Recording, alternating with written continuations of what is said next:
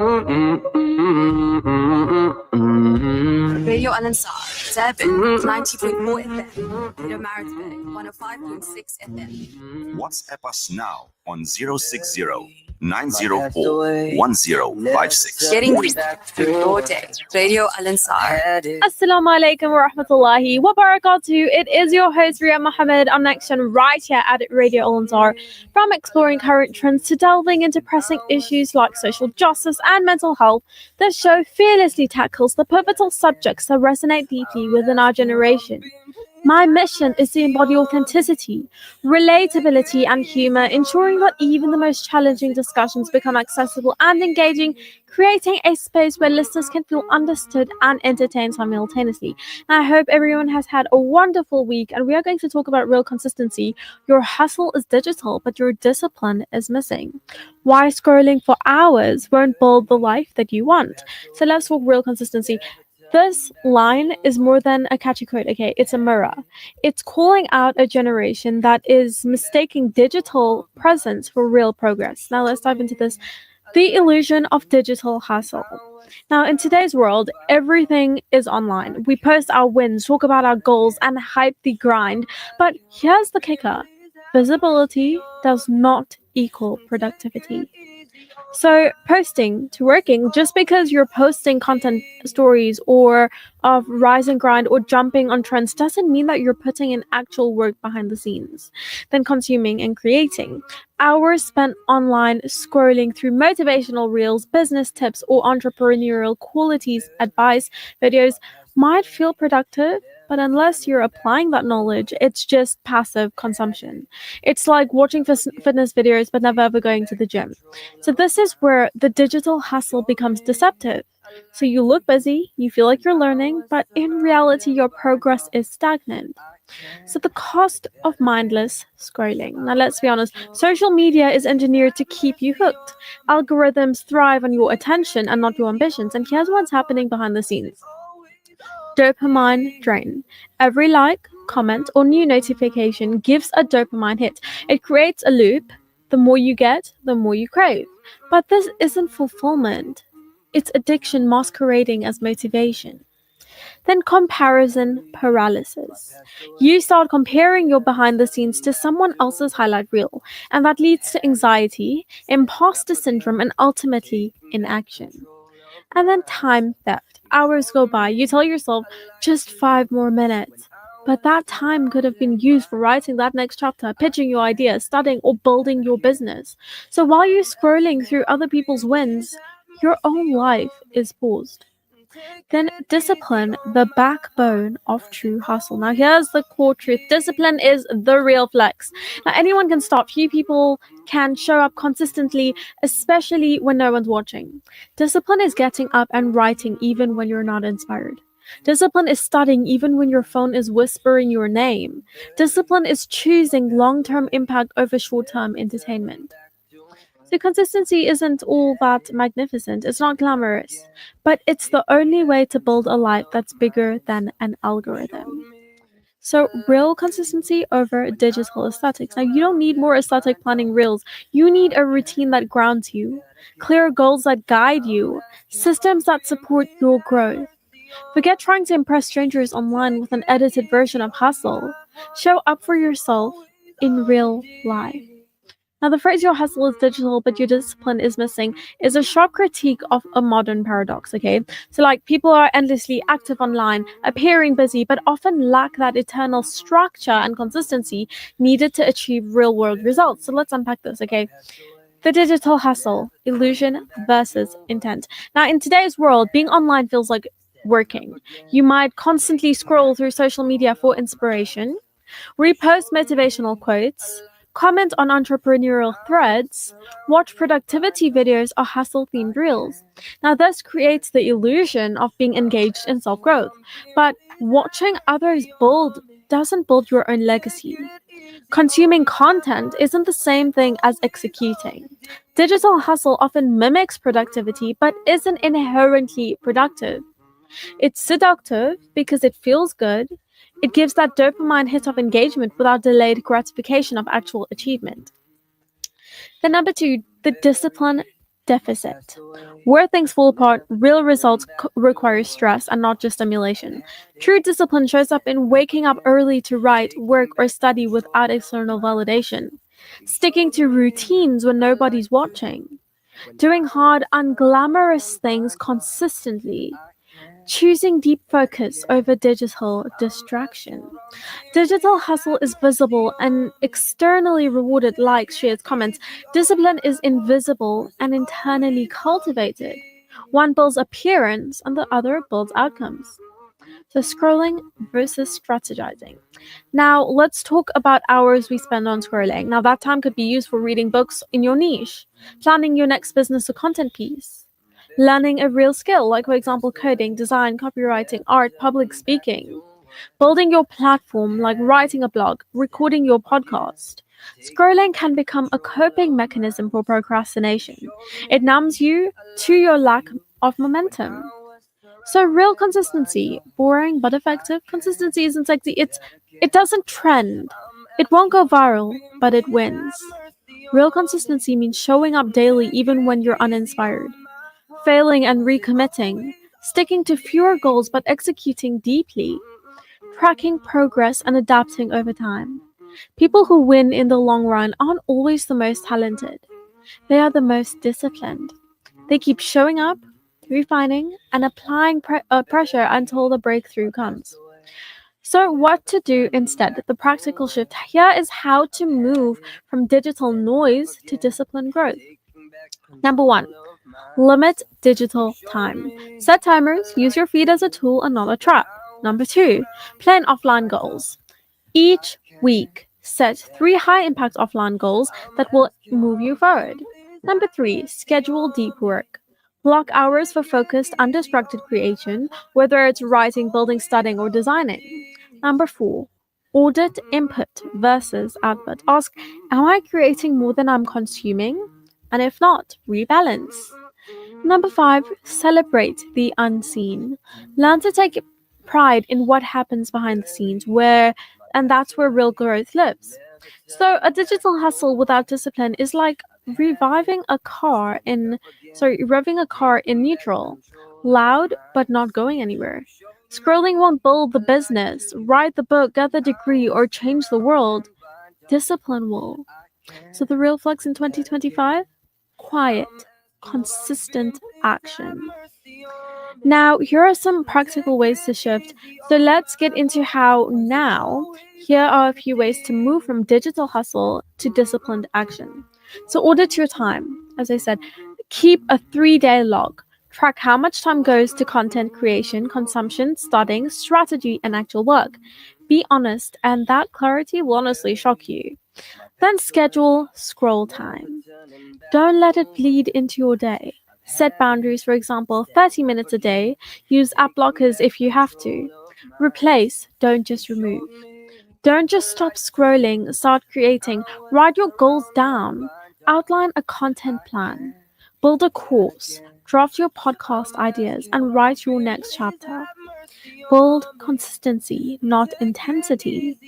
You don't have to do 10 hours a day. Start small. Even 45 minutes of focused discipline action daily is more powerful than 3 hours of scrolling. So your phone can be your tool or your trap. The digital world is where you market your hustle, but the real world is where you build it.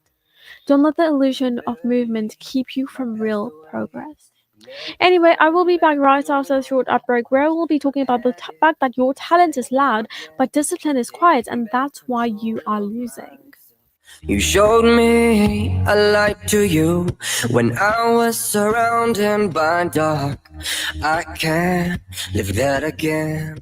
I'm asking, I'm being, please have mercy on me and take it easy on my heart. This segment is brought to you by Kenfield Auto, your RMI approved service and repair specialist. 236 Brickfield Road, Overport. Kenfield Auto. بسم الله الرحمن الرحيم ربنا إنك تعلم ما نخفي وما نعلن وما يخفى على الله من شيء في الأرض ولا في السماء.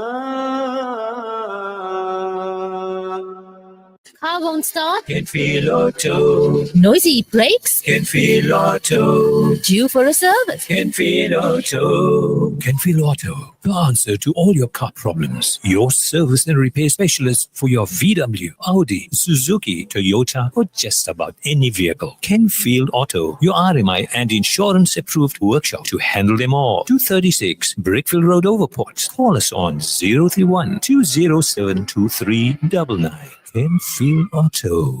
Teaching you something new every day. Radio Al-Ansar.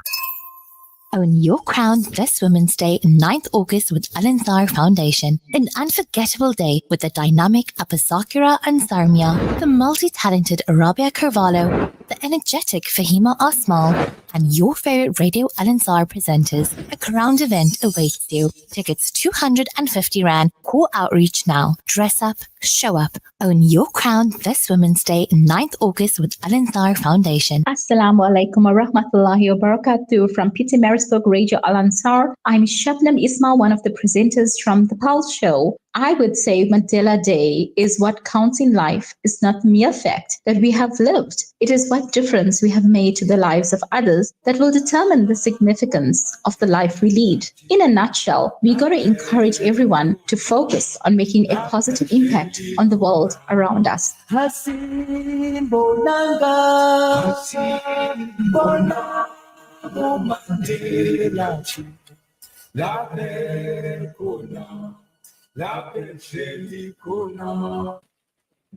Give warmth this winter. Al-Ansar Outreach invites you to donate gently worn clothes and kurtas for boys, girls, women and men. Items will be distributed to madrasas, old age homes and communities in need. Drop off at 207 West Road, Overport, or call 031-208-1601 to make a difference today. Your kindness can change lives. اللهم إنك ترى ما نزل بنا في غزة من الأحوال يا ذا الجلال والعزة يا ذا الجبروت والعزة اللهم أعز أهل غزة اللهم فرج عن أهل غزة اللهم فرح أهل غزة اللهم انصر أهل غزة اللهم داو جريحهم اللهم اشف مريضهم اللهم اقبل شهيدهم اللهم ارحم ميتهم اللهم كفف جراحاتهم وبرد آلامهم اللهم واجعل لهم وللمسلمين فرجا قريبا يا الله اللهم فرج عنا وعن المسلمين في كل مكان اللهم انصر الإسلام وأعز المسلمين واخذل الشرك والمشركين ودمر أعداء الدين يا رب العالمين سبحانك سبحانك ترى الظالمين فتمهلهم حتى يظنوا أنك تهملهم وتبتلي الصالحين في الدنيا حتى يستيئسوا فإن استيئسوا أتيتهم بنصرهم اللهم إنك تعلم أن جراحات المسلمين كثيرة وآلامهم كثيرة في كل مكان وفي كل زمان اللهم فانصرنا على أعدائنا يا الله اللهم فثبت أقدامنا يا الله. Radio Al-Ansar, Durban 90.4 FM, Pietermaritzburg 105.6 FM.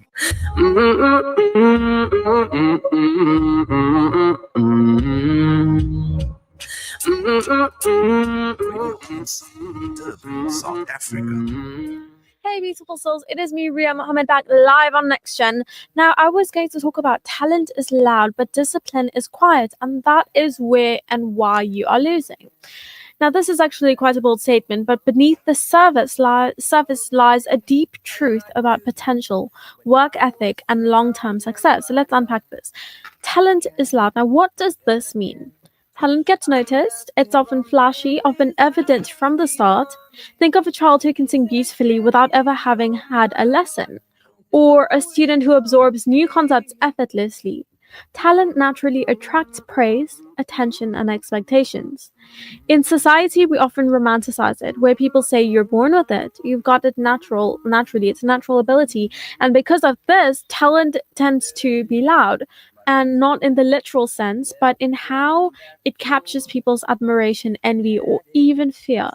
It shows up in being the best without trying too hard at first, standing out early in school, sport, or creative fields, the social media culture of overnight success where talent seems to be enough.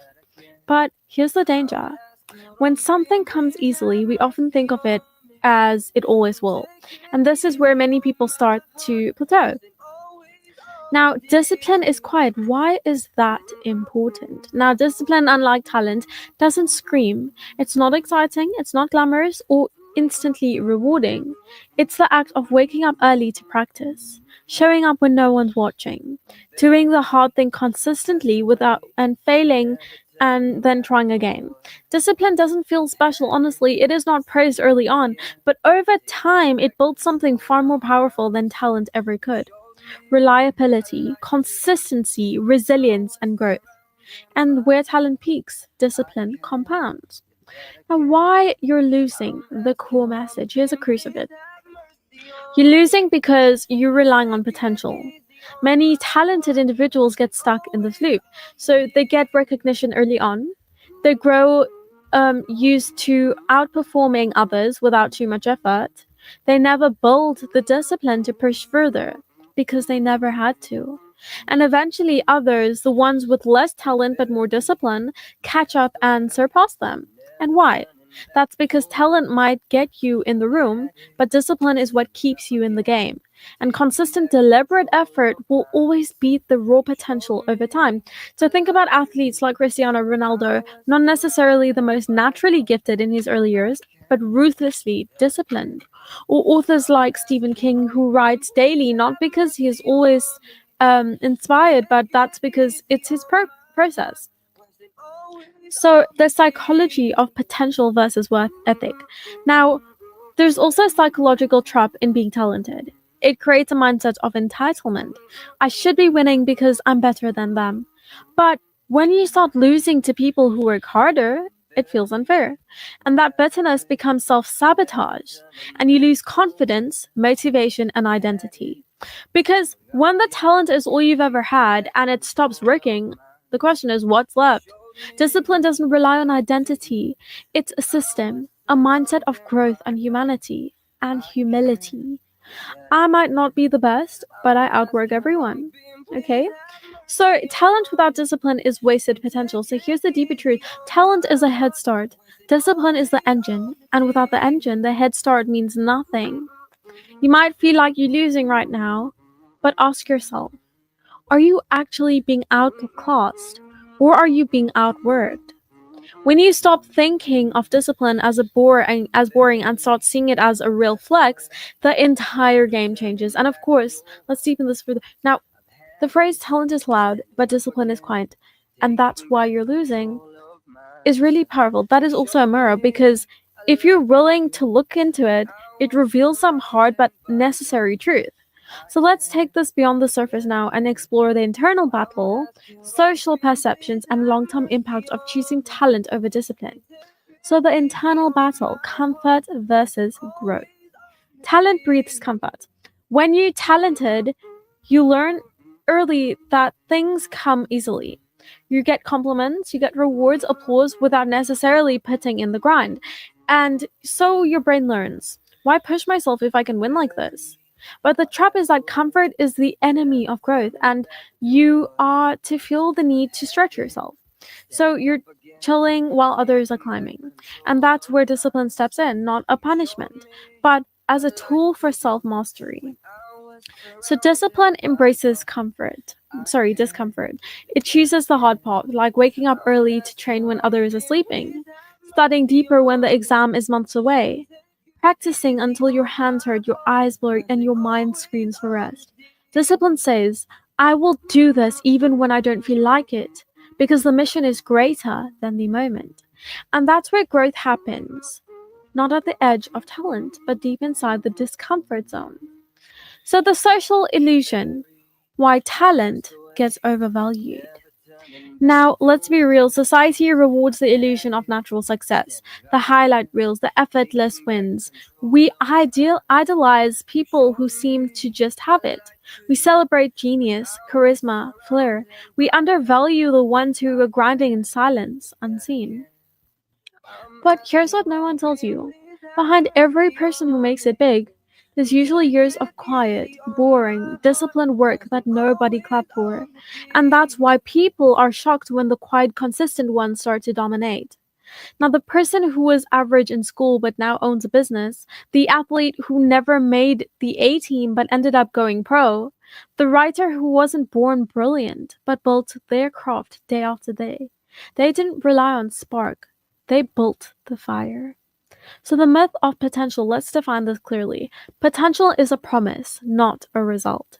You can be the most talented person in the room, but if you don't act on that potential with deliberate effort and consistency, it dies unused. So, in fact, wasted potential is more painful than having none at all. And why? The question is why. And that's because you know deep down that you could have done more.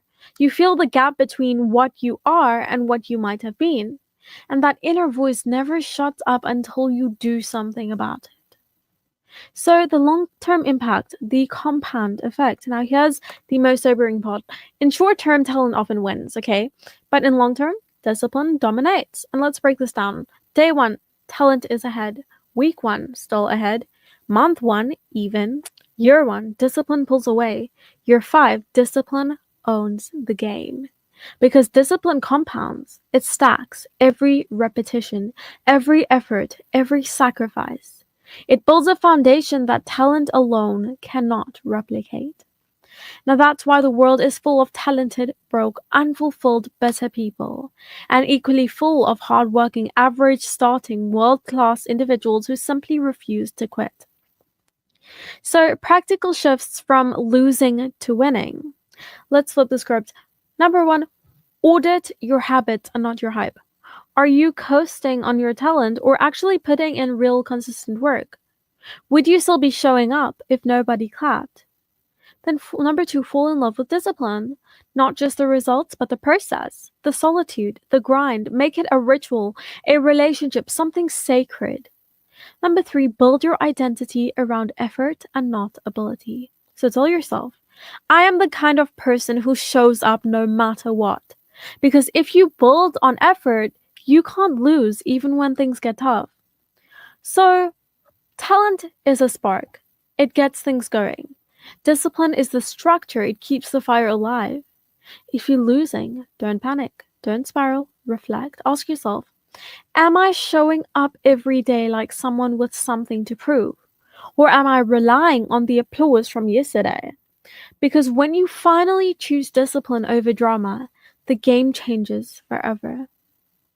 So now we are going to talk about the fact that you need to stop manifesting and start moving. The uncomfortable truth about how manifestation needs action to work.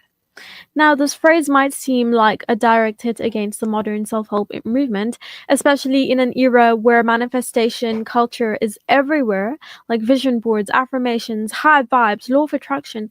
But this isn't an attack on hope, belief, or visualization. It is a wake-up call because manifestation without movement is just mental theater. So let's break this all the way down. The allure of manifestation culture. Now, the rise of manifestation as a mainstream idea comes from a beautiful place, and that is hope. It's the belief that if I think positively, visualize what I want, and align myself energetically, the universe will give it to me. And yes, it sounds great, empowering, non-threatening. It gives you a sense of control in a world that often feels chaotic. And yes, your thoughts absolutely shape your reality. But here's the catch. You can't think your way into the life that you want. You have to work your way into it. The lie is manifestation is enough. Now, here is the uncomfortable truth. A lot of people are hiding behind manifestation as a way to avoid their hard stuff. They're saying I'm manifesting, a 6-figure income. But they're not learning how to sell the market or build a product. I'm manifesting love. but they're not healing, growing, or being emotionally available. I'm manifesting a new life, but they're still repeating the same patterns, choices, and mindsets that they have built the old one. So at some point, you've got to realize the life you want isn't waiting in the stars, it's waiting in your schedule. So, how manifestation actually works, if it works at all. Now, manifestation is not magic, it's mental programming. What you believe, you start to act on consciously or subconsciously. So, yes, it can work, but not by itself. And here's the actual formula: clarity plus belief plus aligned action equals results. So, let's break this down. Clarity: know what you want. Belief: actually believe that it is possible for you. And align action: take steps that lead directly to that reality, even if it's hard, even if it's slow.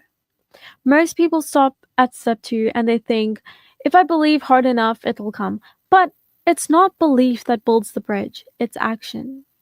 So the psychology behind this trap. Now this is deep. Sometimes manifestation becomes a comfort mechanism for people who are stuck in fear. Why? Because taking action means facing rejection. Putting in the work means risking failure. Moving means you might have to admit that you don't actually know what you're doing. So people stay in the safe zone. I'm not failing, I'm manifesting. It sounds spiritual, but it's really just procrastination dressed up in a cosmic language. So movement is manifestation's missing half. Let's bring it back to the core message. Stop manifesting and start moving.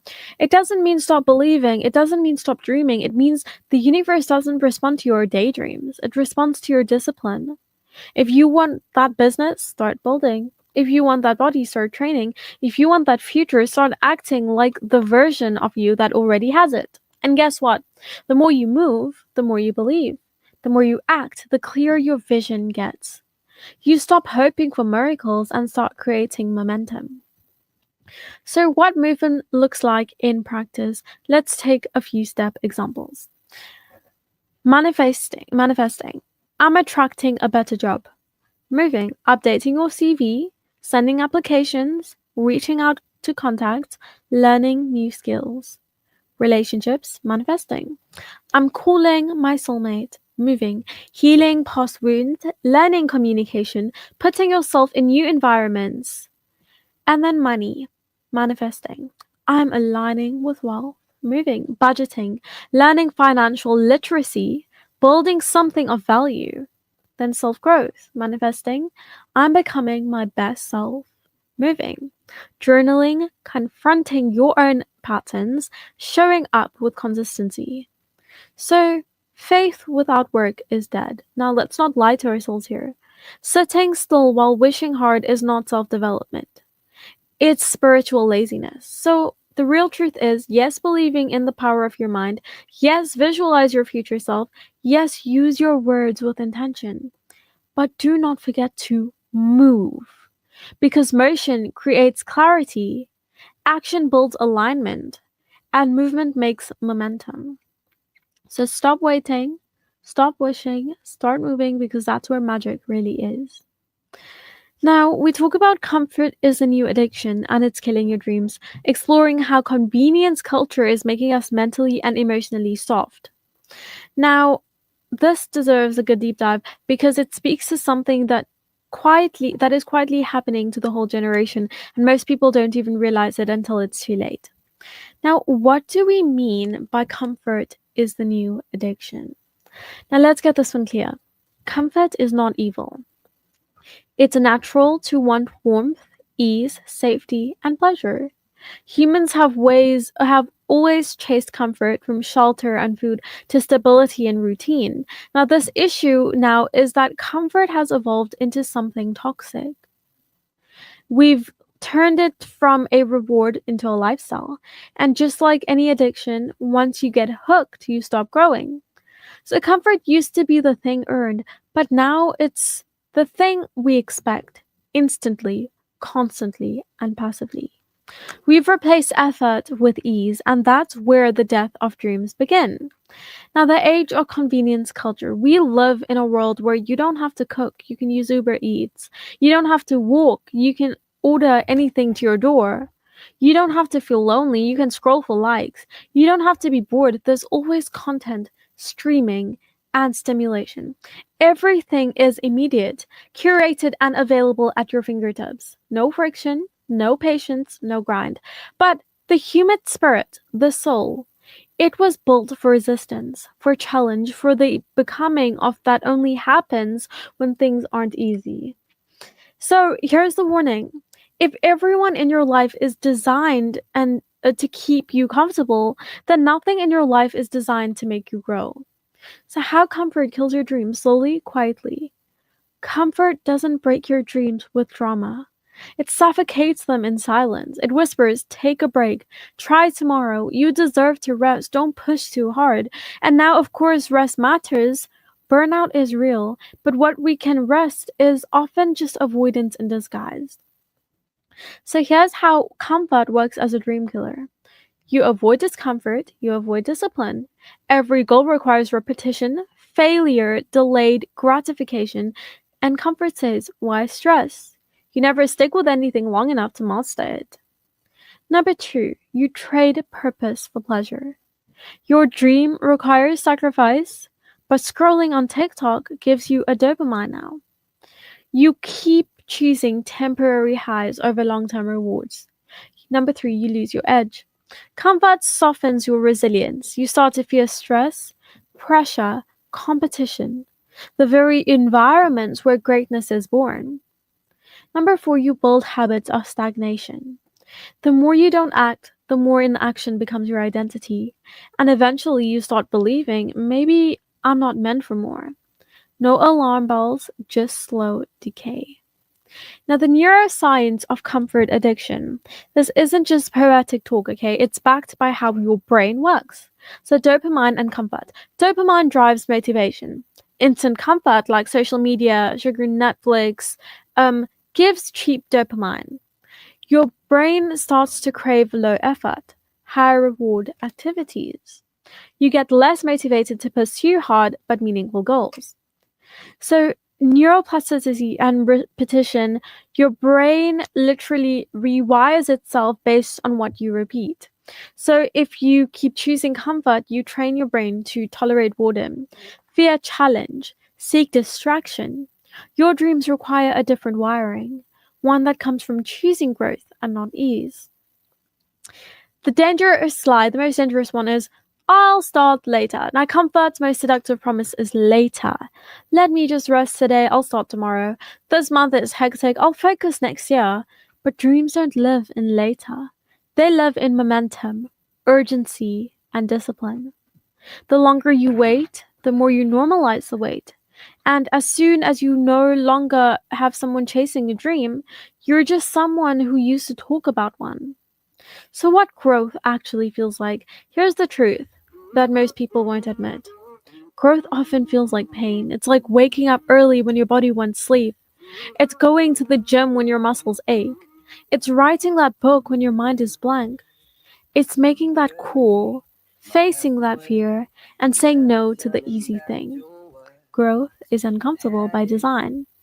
So it's more than just this catchy one-liner. It's, when I said comfort is a new addiction and it's killing your dreams, this is actually a warning.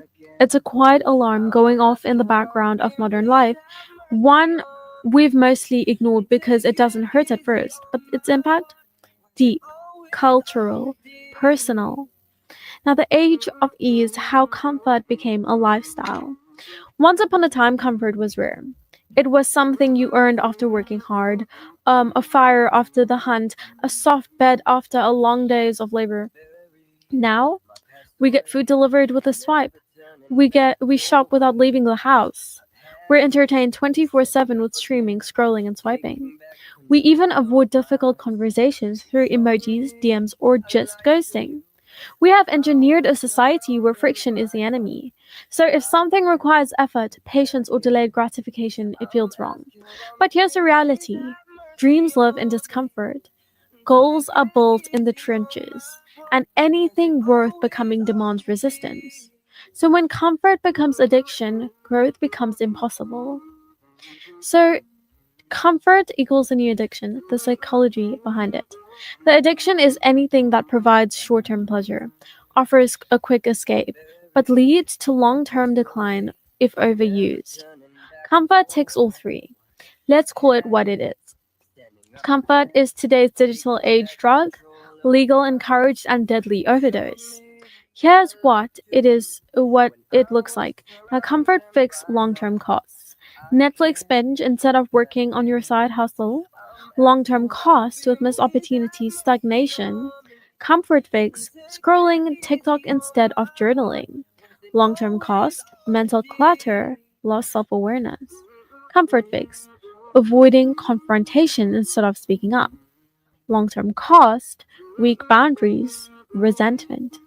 Comfort fix, skipping the gym because you're tired, and the long-term cost is health decline, low energy. And lastly, comfort fix by choosing familiarity over risk, and the long-term cost of that is a safe, small, unfulfilled life. So convenience culture is making us mentally and emotionally soft. So in this culture, we don't have to wait, so we lose patience. We don't have to fight, so we lose resilience. We don't have to fail, so we fear any risk. We don't have to be alone, so we never sit with our minds. We're raising a generation that's highly simulated but easily overwhelmed. Constantly busy but chronically unfulfilled. And when anything uncomfortable shows up, like stress, rejection, challenge, our reflex is to numb it and not face it. Soft doesn't mean sensitive, it means untrained in discomfort. And dreams require discomfort. So, why your dreams can't survive in a comfort first life? Now, dreams ask for consistency when you're tired, courage when you're uncertain, delayed rewards after months or years of grind, emotional exposure when you put your work out into the world. So, all of that is uncomfortable, but your default setting is what's easiest right now. Your dreams will keep dying quietly in the background while you convince yourself that you're just taking a break. Dreams don't die down with a bang. They die with a scroll, a nap, a skipped session, one little act of comfort at a time. And how you rebuild your edge in a comfort-obsessed world.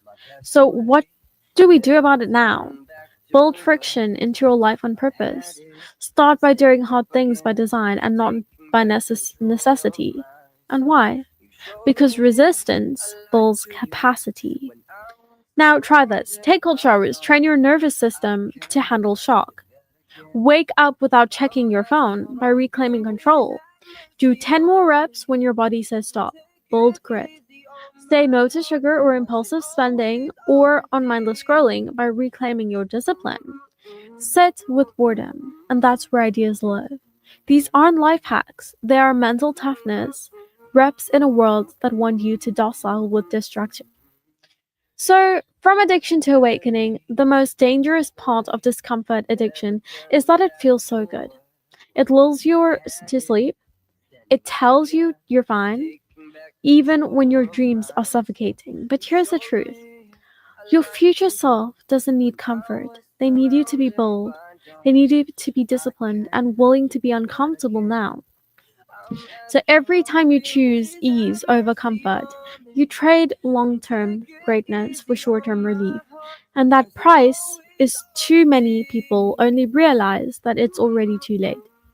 So today, decide. Don't be a dreamer, be a builder, and be someone who does the hard thing on purpose because they know comfort is a coffin when overstayed. Now, anyway, I will be back right after a short break before we go. Had it, standing up again, taking back control of myself. You showed me a light to you when I was surrounded by dark. I can't live that again. I'm asking Rabbim, please have mercy on me and take it easy on. You know what really gets under my skin? When my cake or icing just doesn't come out right. It's such a bummer. But I found this incredible margarine called Wooden Spoon, and it's been a total lifesaver for my baking adventures. It makes my icing turn out just perfect every time. When I whip up something with Wooden Spoon, I feel like a master baker. Seriously, my cakes have never looked better. The secret? Wooden spoon margarine. It's like the magic ingredient for nailing those perfect bakes. And guess what? It's even endorsed by the South African Bakers Guild Association. Just another quality product from the Willowton Group. Get ready to unleash your creativity. Join us for a fun-filled morning of art, laughter, and inspiration at our Sip and Paint event, Saturday, the 19th of July, from 10 a.m. to 2 p.m. at 207 West Road Conference Hall. A creative morning of painting and self-expression. Inspiring words from our guest speakers, Nadira Chipa, Chafinaz Hassam, and Zinat Ayub. Delicious lunch to be served. Don't miss out. Mark your calendars for July 19th and get ready to unleash your inner artist. We'd love to meet you. Pay us a visit. Radio Al Ansar. It's Ria Mahomed here, hosting the Next Gen show on Radio Al Ansar. It's not just a radio show, it stands as a powerful movement in its own right. It embodies the essence of individuality, creativity, and positivity, where we explore the latest trends and engage in lively discussions. Expect a mix of insight, humor, and mental health, social justice, and relevance that promises an enlightening and enjoyable listening experience, ensuring you don't miss out on this captivating adventure on Next Gen.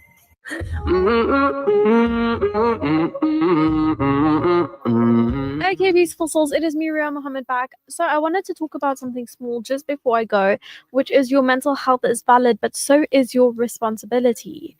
Now, two truths that must coexist. Your mental health is valid, like anxiety, depression, PTSD, burnout, whatever you're grappling with is real and worthy of care. It affects energy, concentration, memory, sleep, motivation, mood, the lot. You didn't choose it, and you're not weak for having it. Now, number two, responsibility is also valid. Responsibility is not blame, okay? It is responsibility, the capacity to take the next helpful step, even if it's tiny. Life doesn't press pause while we heal. Bills, relationships, studies, and personal goals still need some time and attention. Owning what is in your control is a cornerstone of lasting recovery. So when we deny each truth, we slide into the extremes. Extreme what? It sounds like, and why it's helpful, like self-neglect. Like all illness and no agency, I can't do anything until I'm 100% better, and that stagnates growth. It deepens helplessness. Toxic toughness. All agency, no illness.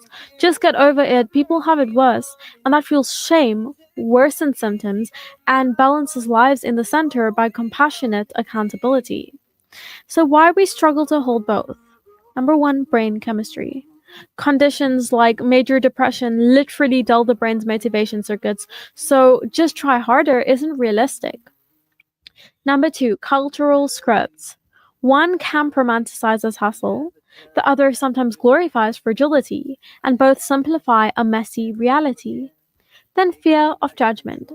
We swing toward whichever story seems safer, either providing that we're all ill enough or providing that we're not lazy. Number four, cognitive distortions. All or nothing, thinking if I can't do it perfectly, why do it at all, warps our self-assessment. So a framework for balanced healing. Validate them first. So name what's happening. I'm in a depressive dip today. Permit that feeling. You can't out-hustle biology. You have to surf it. Seek professional support like therapy, GP checkups, medication reviews, early and often.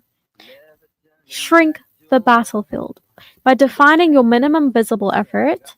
On bad days, maybe it's shower, eat something with protein, answer one email. Meeting your MVE, which is your minimum viable effort. Keep self-trust alive without demanding heroics. And use ARC, offer responsibility. A, which means agency, so identify one controllable action and book the therapy session.